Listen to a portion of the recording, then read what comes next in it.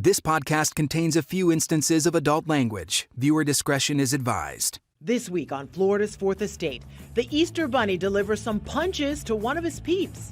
The bunny beatdown now gone viral, and it has a not-so-excellent ending. Easter Bunny just starts throwing haymakers. Come get some. And when you gotta go, you gotta go. A Florida man stabs his nephew for taking too long in the bathroom. I envision his nephew in there, lathering up with Blow his drying Axe his body hair. spray. And this week, we are talking measles. You can transmit it, without knowing for a couple of days, 4 or 5 days before you even become sick with a terrible rash that begins to develop from head to toe. We get the frightening facts about the virus from a doctor and discuss why a disease eliminated nearly 2 decades ago is making a comeback. Hi there. Welcome to Florida's Fourth Estate, your favorite podcast I know it's mine. in the state of Florida. It's my favorite too. My name's Matt Austin. And I'm Ginger Gadsden. We're so happy you're here, as Matt just said. We have a lot to unpack today. So great to have someone who can finally talk about something. We've been trying to get someone to talk about this topic for a while now because it has exploded in this country. We're talking about the measles, and we have Dr. Al Morales from Nemours Children's Hospital. And he's going to talk about why this thing is so contagious and why we're seeing an outbreak. Like, I call it an outbreak. Would you call it an outbreak right now? There is an outbreak. Yeah, okay. So we'll talk to you about all that's going on with that and why it's so important that the kids be vaccinated, because you've actually seen kids who've had measles recently. Well, not recently, but Soon enough. correct. Yeah. I mean, in modern times when something was supposed to have been eliminated and you're treating kids who've had it. Yeah. So we'll talk about that in just a little bit. We're going to do a big thank you to the anti-vaxxers. We appreciate you guys. Thanks for bringing this one back. Oh, boy. Everything And that it is starts. old is new again. Yeah, no. We no, really thank didn't you. want to put this behind us or anything. No, so, thank you. Thank Yeah. you very much. Hey, another outbreak of stupidity this week. We've got a lot of crazy stuff. That's always the that case, happened. right? Yes, we're That's never why we short have jobs. on crazy stuff. Yeah. So it was Easter recently. Yeah. So a guy and some of his friends decided we're going to go bar hopping, and I'm going to wear a big Easter bunny outfit. It seems harmless enough. Yeah, not a bad idea. Little did he know he would be getting himself into a fight. Take a look at the video if you're watching this online.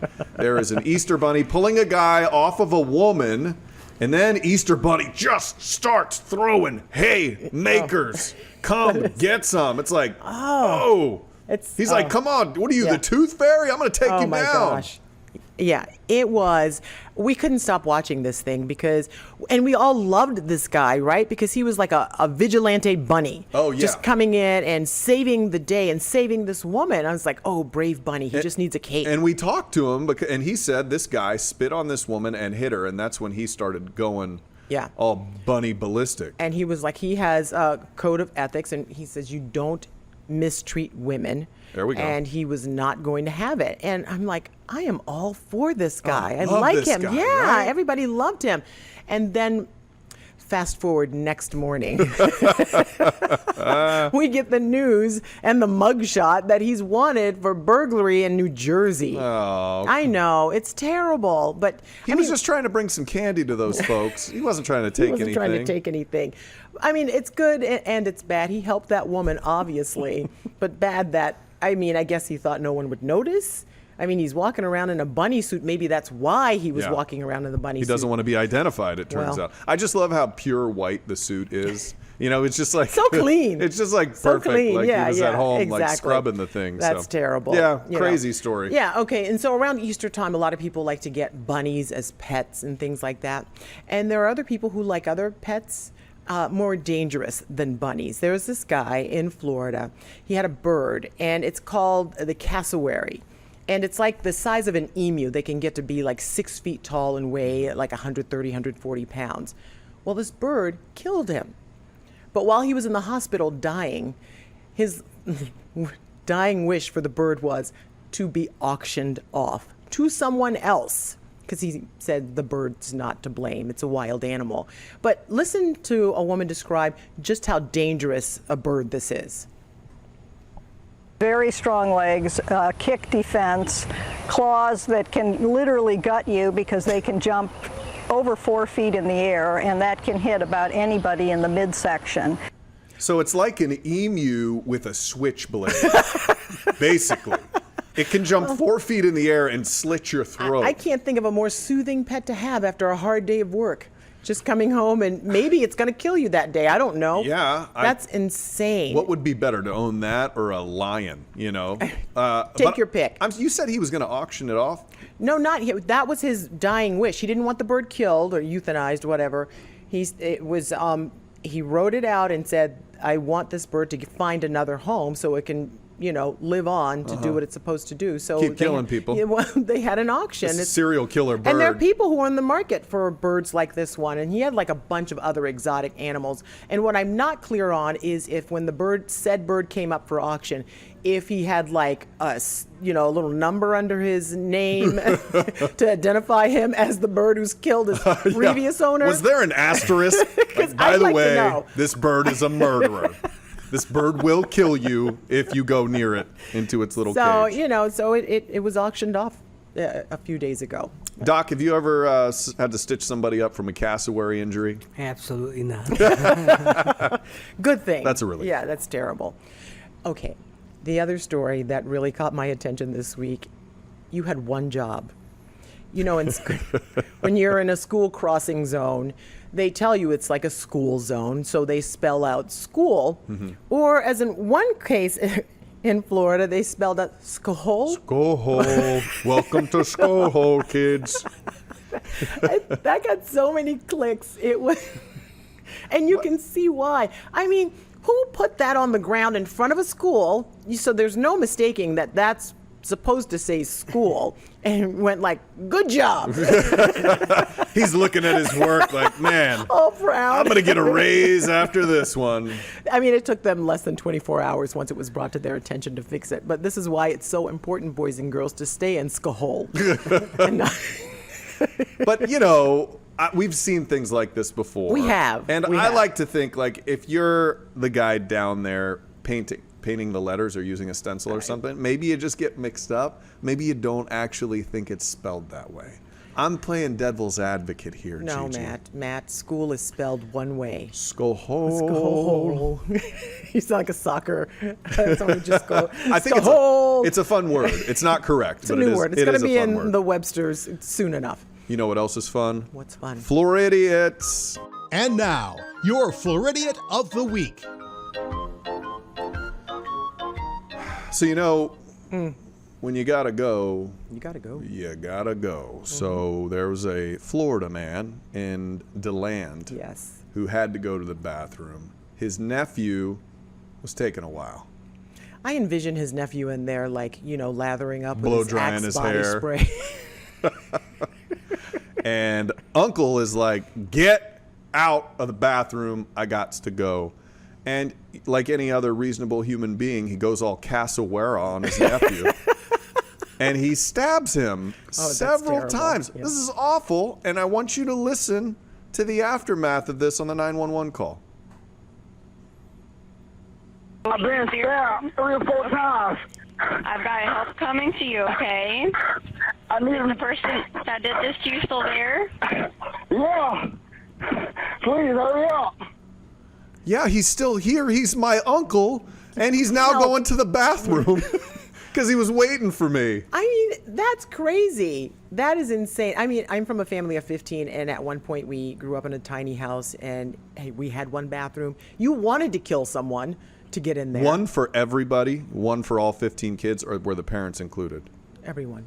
So 17 people sharing one bathroom. Yeah, my oldest sister got married before the last baby was born, so 17 never lived in the house, 16 All right. did. Okay. I have 3 daughters Yeah. who share a bathroom. Oh, and my there gosh. are days I worry one of them's going to build a rocket launcher Yes. and just kill us all. But you understand where this guy is coming from. Oh, But, I get it. I mean, you want to do that, but you just don't. And those kids, now that there are cell phones, it's like you never know what they're doing in there. You know, it's like, what? Hey, Catching up on the news. You got a whole family out here waiting for you. Yeah. So that's what you deal with in this day and age. So that's your Floridian this That week. is your Floridian of the week. It's terrible. It's always terrible. It's a bad one. All right, so back to what we initially wanted to talk about, and that is an outbreak that's happening in this country that we have not seen in a very long time. So Dr. Al Morales from Nemours has agreed to come and chat with us about what is going on with the measles outbreak right now. Thank you so much for being here with us, first of all, to talk about this subject. Thank you for inviting me. Yeah, measles is a disorder or disease, actually, that we thought was eradicated up until recently in the year 2000. We had declared some form of eradication or control of the disease, but since that time, we have had reintroduction externally into the country of measles cases, and because we have a growing population of susceptible infants and children and adults now, the illness has made a terrible comeback. So for people who are not familiar with what the measles can do to a person or what it actually is, it's a virus. Describe the symptoms, what it looks like, what it does to you. Yeah, it's a virus that's very aggressive, and the reason why I say that it's very aggressive is because it invades you without you really truly knowing that it's in there, and that is called the incubation period, where you really don't understand that the infection is within you, and you can transmit it, without knowing. For a couple of days, 4 or 5 days before you even become sick with a terrible rash that begins to develop from head to toe. Initially, you think you have a cold, a little congestion, a little nasal problem, but then the rash appears, and it's a very dramatic rash. It's from head to toes, and it looks like little red welts, and it can make you pretty sick. Yeah, it stinks. And one thing I think a lot of people are confused by when they see this outbreak, and I know I thought this when it first popped up, I'm like, well, I've had my inoculations and my kids have gotten their shots. I'm good. How is it even going to come to this? Even if somebody came to the States, like, we should all be good. But not everybody can get their shots, right? There are certain people, you started to touch on this, kids can't get that shot until they're, 18 months old? Correct. 15 to 18 months of age is the normal stage when we vaccinate children in a closed environment. In areas where we are asking a child to go from a non-immunized component to an area where there's endemic measles, we can vaccinate as early as 6 months of age. Oh. So that's for children who have to travel to an endemic area. And so we can go ahead and vaccinate much earlier, but that is not the recommendation. The recommendation is 15 to 18 months of age, and then at 4 to 5 years of age, 4 to 6 years of age, for the second dose. And if a baby happens to get the measles, I would imagine that's pretty bad news, right? That's a tough infection for a little one to fight off. And that is exactly it. Their immune system has not been developed appropriately enough. They don't have all the capacity to go ahead and fight off secondary infections. They become very, very sick, very high fevers, and they can have complications like pneumonias and encephalitis and things of that nature. Very serious issues. And you started to touch on this just a little while ago, but the incubation period, where I could have the measles now and feel just fine and not know it, but I'm still contagious.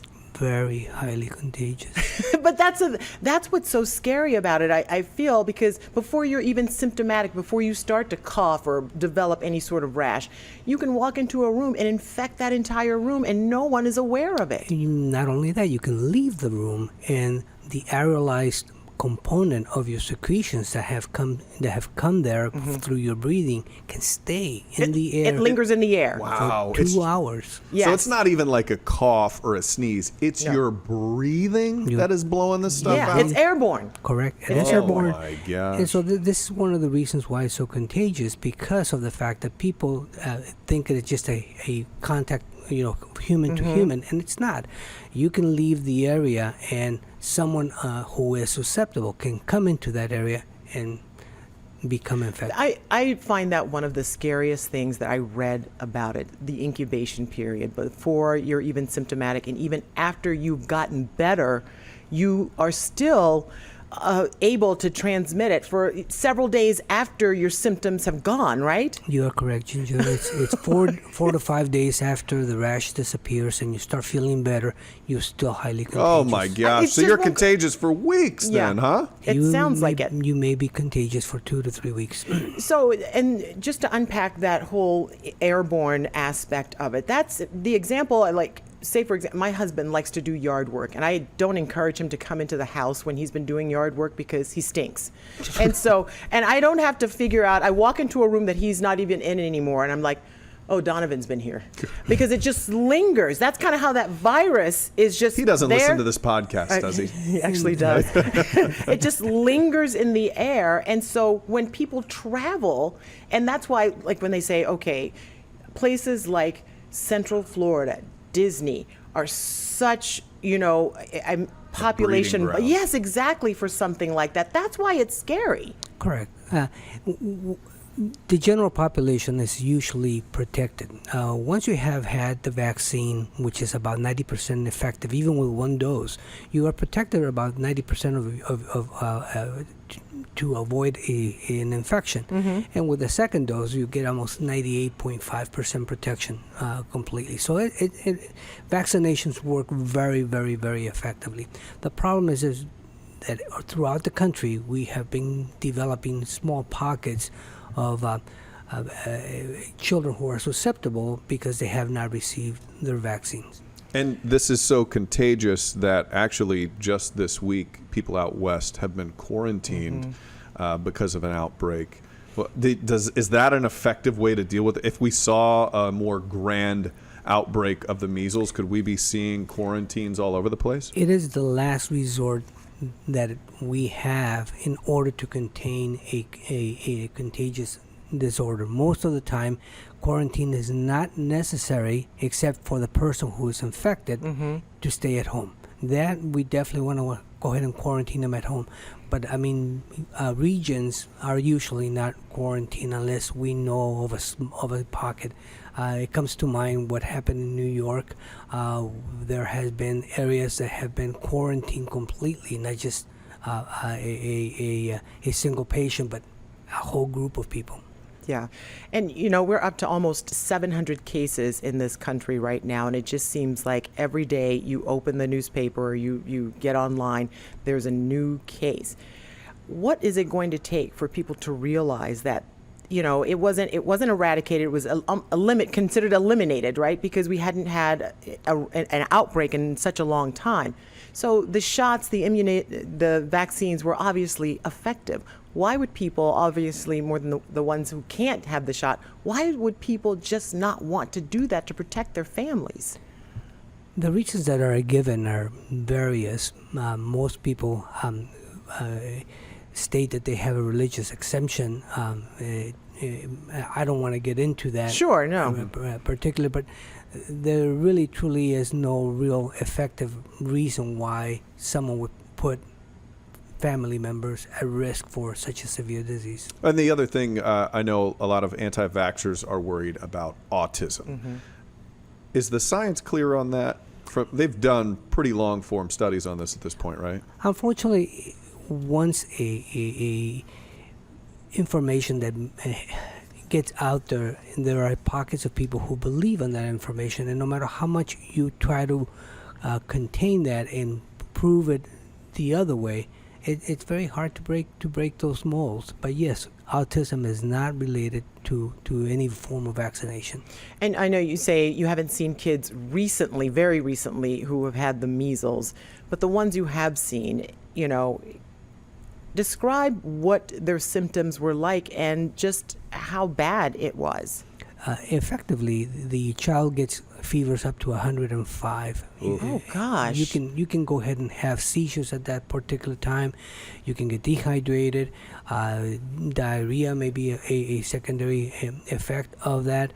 Pneumonias can go ahead and develop, and some children who have poor immune response may end up having encephalitis, which is an infection of the brain tissue itself, which has many, many consequences. So if you're looking to catch this quick, what's the biggest indicator that you have measles as opposed to something like chickenpox or mumps? Or is there a good way to tell? No, that's one of the problems, right? Yeah, it starts out like a cold, and it's not until it manifests itself with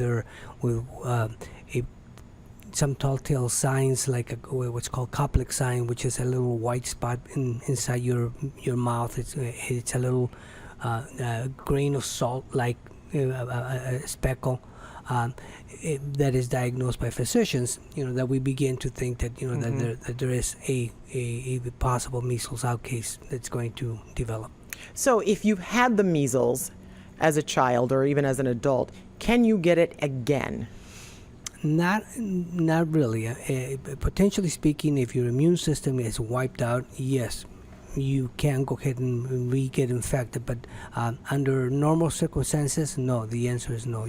Once you're protected with 90% protection. Sure, but there was some study, I just read something, and the date was not correct on it. It said if you were born before 1989, but it's really if you were born before 1957 that you should have the vaccine again? It's before 1957, or during 1957 to I think 1960, if I believe I'm correct.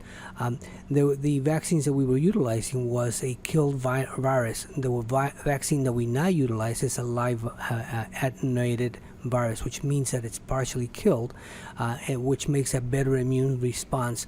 So for those people who have not had the disease and whose immunity has waned, they are susceptible. And this whole thing could be hard for doctors too, right? You said you were telling us before we went on air that you had a meeting with doctors and you asked, who's seen the measles in this room? How did that come out? Well, it didn't come out very strong because of the fact that there were, since we have not had that much measles diagnosable in the community, then the physicians currently have not seen active cases of measles, and so it is diagnosable by everybody. No question about it. Everybody's competent to go ahead and do that. But having seen it, it's pretty dramatic. And when was the last time you saw it? It's been a while. It's been a while. It's been a while. No, you don't even. You're not even counting. Okay. So, is it, when people say adults have chicken pox, it can be deadly for them? Is it something that's worse for adults than children, or is it the same it's just nasty for everyone? It's nasty for everybody. The more immune incompetency you have, the worse the process is, and it can last. Unfortunately, there is a complication that can occur 10, 20 years down the line from that, which is a panencephalitis, which can take your life. So it's a serious component. After the measles compromises your immune system even when you're better, right? Doesn't that last for a while after that? So it makes you more susceptible to other things? To other things, correct. Yes. There's nothing good about this at all, which is Does the measles make you dance better? I mean, I've seen no. Maybe that would be nice if there were one good thing that you could say about the measles, but there really isn't. If you are not sure if you had the measles as a child, I believe I had the measles as a child, but I'm not sure. Is there a way I can find out don't laugh. Is there a way I can find out if I had, like even chicken pox or the measles as a child? Is there something I can do? There are titers that we can go ahead and do, but it's really truly not necessary. You probably do have good protection. You also have herd protection, and if there was an outbreak, I would recommend that you first get some form of a test done to find out whether you are immune or not, and then secondary, if you are not, to go ahead and get vaccinated. Yeah. And then boom, you're covered. It's just that easy. It's like we as human beings find a simple answer to a complicated problem, and then people start messing it up. It's like, no, we're not going to do this anymore. I know. The more I read about this, the more I was like, we did this to ourselves, because apparently we're the only species that can have the measles. Animals can't get it. No one else nothing else can get it, just us. So it is on us. Correct. We have not eradicated the measles from the world. Mm-hmm. Therefore, we are still susceptible. People have enjoyed herd immunity. Those who have not been vaccinated have enjoyed herd immunity until now.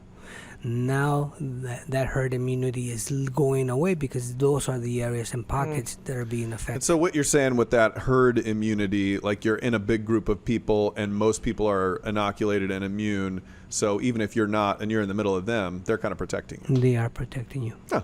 Well, that's okay. There's our positive note. Boom. We should just end it right Goodbye. now. No. All right. Have a great week, everybody. Thank you, No, Doc. but if you could, just for anyone, any parent who's watching or listening to this right now, and they, for whatever reason, have not had their children vaccinated, but the child is healthy and fine, what would you say to that parent? I would strongly advise them to go ahead and vaccinate their children. It makes no sense to not vaccinate. The benefits totally outweigh the risks of having a terrible outcome for such a simple disease to prevent. And we do prevention all the time. We do hand washing all the time.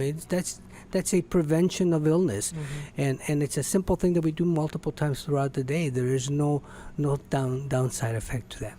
Well, Doc, I appreciate you coming by. This was very good information. And Yeah. even if you're not immunized, I'm your herd. I'm immunized. I'll take care of you, Gigi. Okay, I'm going to stick close with this guy. Dr. Al Morales, thank you so much It's for been being a pleasure. here. Thank you for inviting me. Hey, Thank you. great information, my you, friend. sir. Thank Thank you. you, You are thank you. welcome back on our show anytime. This is Florida's Fourth Estate. I'm Matt Austin. And I'm Ginger Gadsden. We'll talk to you next week. Yeah, do it.